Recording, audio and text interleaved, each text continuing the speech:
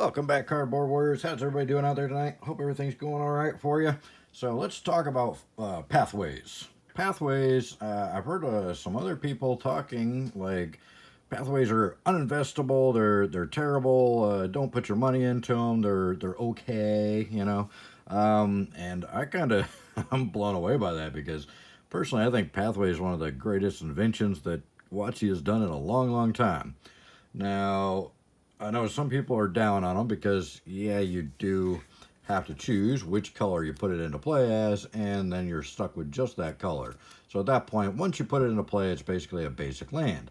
However, you know, so if you compare it to an actual OG dual land, is it as good? No, definitely not. I mean, I'm not gonna lie. I'm not gonna not gonna try and blow smoke in anybody's arse there. Obviously, an OG dual land that works with no drawbacks. You just put it into play, can use it the turn it comes into play, it doesn't come into play tapped, and you can use it for either color at any time. Obviously, the original OG dual lands are hands down the best. I think they should reprint them with a different name just to not piss off the reserve list people. But anyway, the OG dual lands are the best. I don't think they're too powerful. I think it's ridiculous that these aren't currently in the game in a standard set. But that's just me.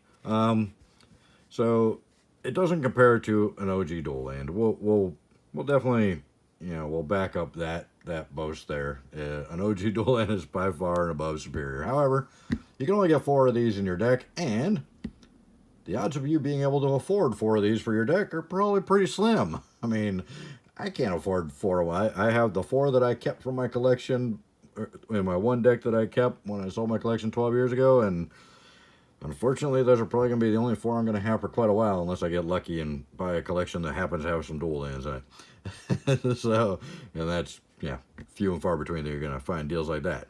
So, now, obviously, as we saw, they don't compare it to an original dual land, but let's compare it to a fetch land.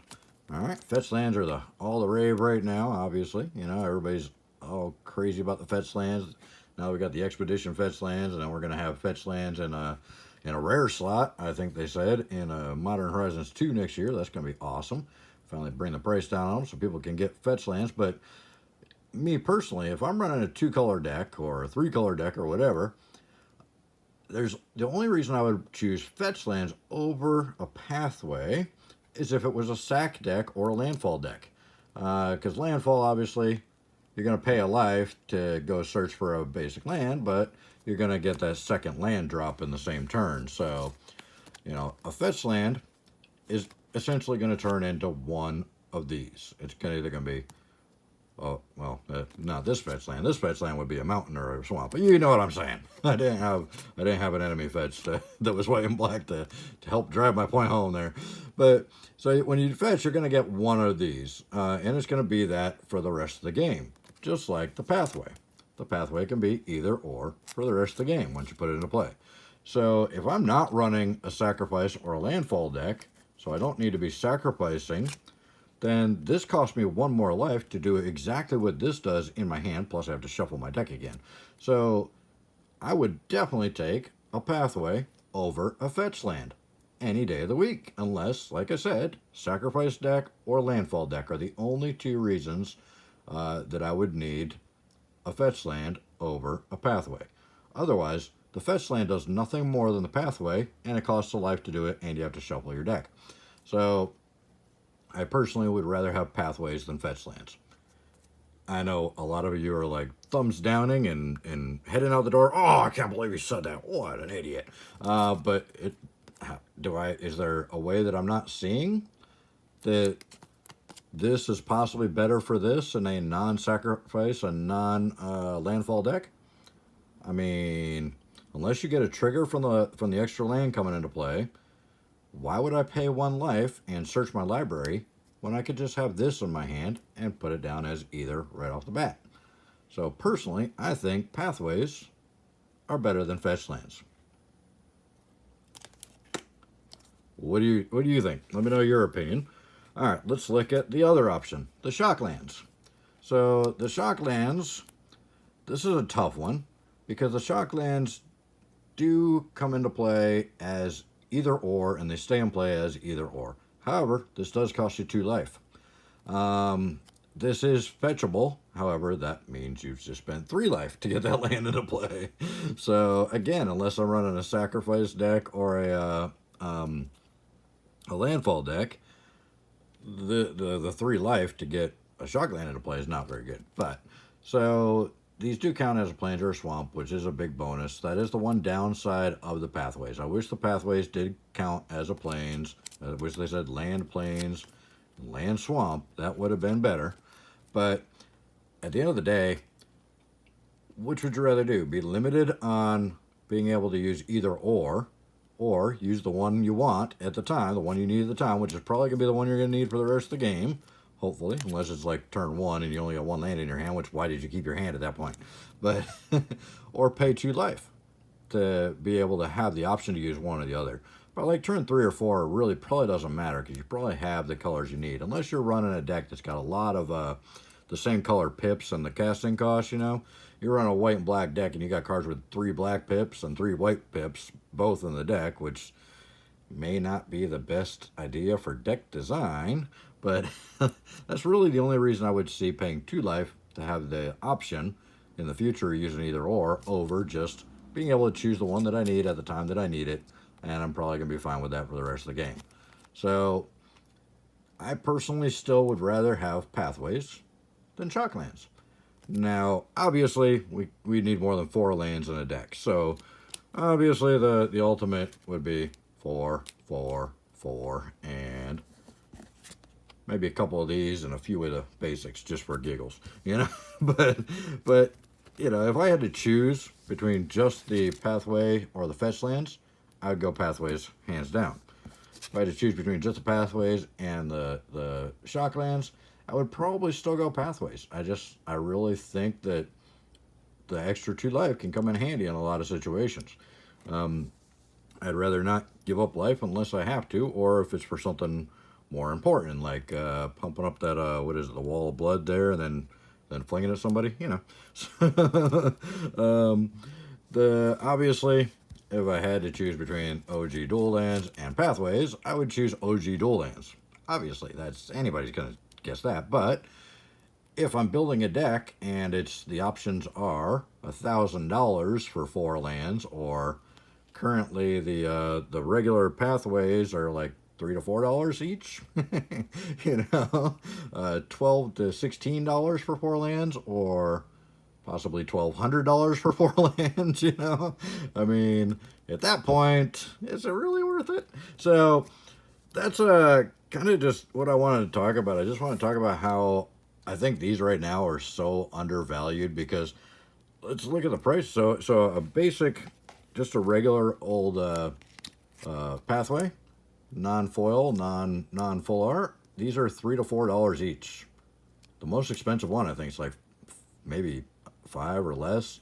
I think the most expensive one I saw was like $4. So $3 to $4 for these, right? You can get a playset, $12 to $16. You can get a playset of each one.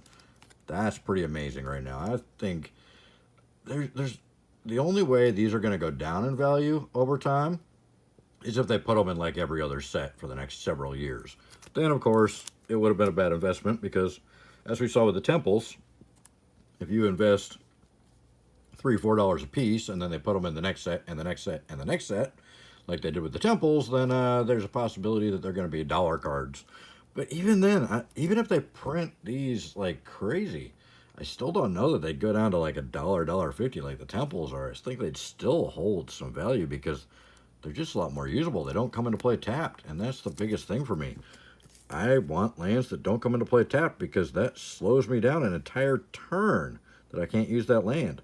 And land is what we need to cast spells. Without lands, we can't cast spells. So I think the pathways, it's going to be, there's a chance. Now, obviously, I'm not an investing professional when it comes to MTG. I've only been back in the game for like less than a year now, or just about a year. It'll be a year next month. Yeah, next month will be a year that I've been back in the game. So, I don't know how much you want to take my advice, but I'm just kind of voicing my opinion that I think these pathways, I don't think you can go wrong with them. I mean, even the fancy borderless ones are only $5 to $8 a piece. $5 to $8 a piece for full art. Gorgeous. I mean, the art on these is amazing too. Gorgeous artwork pathways that are dual lands with no downside except the fact that once you choose what it is, it's staying that way. Unless you can pick it up, which, you got the little wayward guide beast there. You can pick it right back up and flip it over and put it down as the other one if you need the other color next turn. So, so I don't think there's enough downsides to justify people hating on these. I think it's mostly upside. I mean, no comes into play tapped, and you got a dual land. It works as either color you need when you need it. Maybe not every turn after you play it. It's only going to stay that one color, but if your deck's built right, you shouldn't be color locked for more than a turn or two, which is when this is going to come in handy. So let me know your thoughts and the opinion, or your thoughts and the opinions. Your opinions and the thoughts? Wait, is that it? No. Your thoughts and... Yeah, anyway. Let me know your thoughts and opinions in the comments below. So, I think the pathways are a genius design. I'm really kind of proud of wotc for whoever came up with that idea. They definitely need a a dinner on the house or something from wotc, because that's a brilliant idea. Obviously, still, I love my OG dual lands, and I think they really should be in standard sets. I don't think they're too powerful. I think it's insulting that they removed those from the game and how much they are right now to try and purchase. You know, they're just okay. They're on the reserve list. Who cares? Just call it a scrubbed up land and make it the same thing with different art and a different border and different style, and put it in a standard set. For the love of God, they're not too powerful. It's a dual land. This is the same thing. See this right here, same thing. So anyway, that's my opinion on the pathways. I personally am going to grab everyone I can while the prices are this low. I'm not going to go crazy and spend thousands of dollars on them, but I'm definitely going to make sure I got at least one play set of each variant. Even though I don't like variants, the prices right now, it would be kind of silly not to. So I'll get a play set of each of the regular ones, play set of each of the foil regular arts, play set of each of the full arts, and a play set of each of the foil full arts probably. I might not get a play set of the foil full arts, but I'll see what I can do. I'll probably open enough of these boxes to be able to get close without having to spend money on them. So I'm going to grab as many of these as I can, because I see myself putting these in every single deck that's multicolor. I don't see a reason not to. I mean, they're as close to OG dual lands as you're going to get. I mean, in this day and age, it's a dual land that's not going to cost you life to put into play untapped. It's a dual land that comes into play as whatever color you need it at the time, and no downside. So I'm gonna invest in them. I'm not saying everybody else should. I'm just saying I wouldn't sell them at the price they're at now. I would hold on to them, and even if you don't want them and you don't need them and you don't like them, I'd hold on to them until they go up. They're probably going to reprint them because they've only printed 6. So they're probably going to print the other 4 in a new set coming up next year, most likely. But I'm not sure. I'm not sure what they're planning on doing with it. Like I said, the only risk is if they keep printing them like crazy in every couple sets, which, because they're dual-sided, I don't know that they're going to want to do it very often, because obviously it's a lot more of a printing issue to print dual-sided cards than it is to print single-sided cards. I'm sure Carta Monday charged them a little bit more for that. So I'm not sure they're going to want to do it that often like they have the temples. So, but that's really the only downside. If they print them as often as the temples, the prices will come down on them. If they print them in the next 4 times in the next 2 years like they did the temples, then the prices will probably come down. But again, I don't really think if you're in it for the long term, if you hold on to them and you even if the prices go down, eventually I think they're going to go back up, because eventually they'll stop printing them for a while and move on to something else. I could be wrong. These could become standard. They could put them in every set. We don't know. But I personally think it's worth the gamble, because I'm going to put them in every deck I'm going to build that's multicolor. So there's no loss for me. If they go up, they go down, doesn't matter. I'm still playing with them.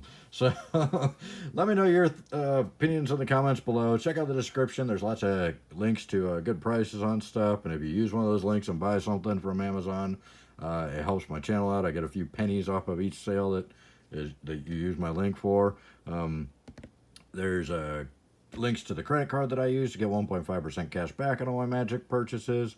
There's links to an app that'll get you cash back on all your Magic purchases. All you gotta do is open that app and go to whatever store you were gonna buy the cards from and purchase it through the app, and then it doesn't cost you anything more. You just get cash back. So just for using the app. So also my address is down there if you want to send me something to open on camera, and my email address is in there if you want to talk to me about sponsoring a video opening.